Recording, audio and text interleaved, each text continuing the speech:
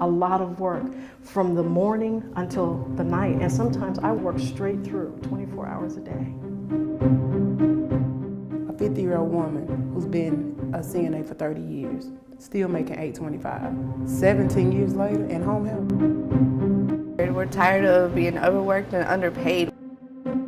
It's hard when you get your paycheck at the end of the week and you've only made $10 an hour, but you've worked 70 hours, 80 hours, 130 hours. I'm making $225 a week, and your rent is $650. Your car payment is $300.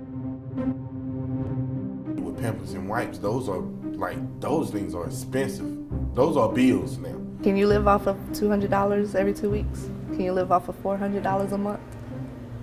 I can't, but I have to.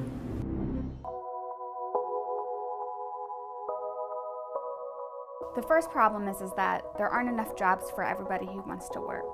That's keeping poverty high. The second is the jobs that we are creating are primarily low-wage jobs. So that means that you can work 40 hours a week and still not be able to provide for your family because your wages are too low.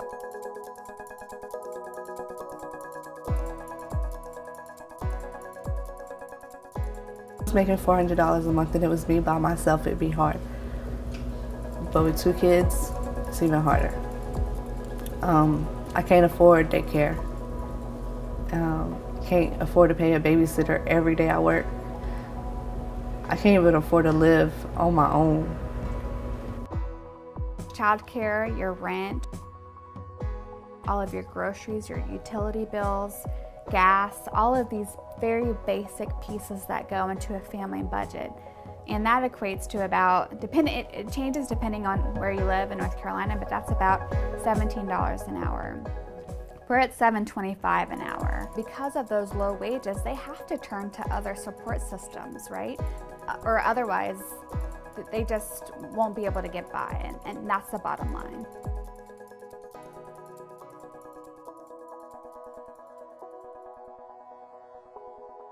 So it makes sense that they would have to rely on family members if they have family that can help them take care of their children.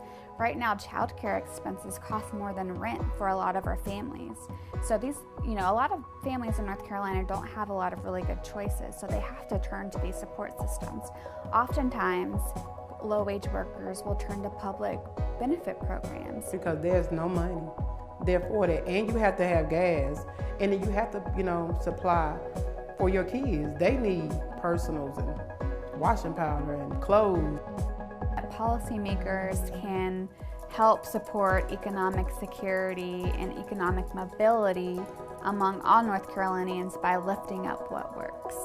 We know what works. There's decades of research that shows it. We know that if we invest in children at a young age, that will bode really well for them, but for the economy in the long run.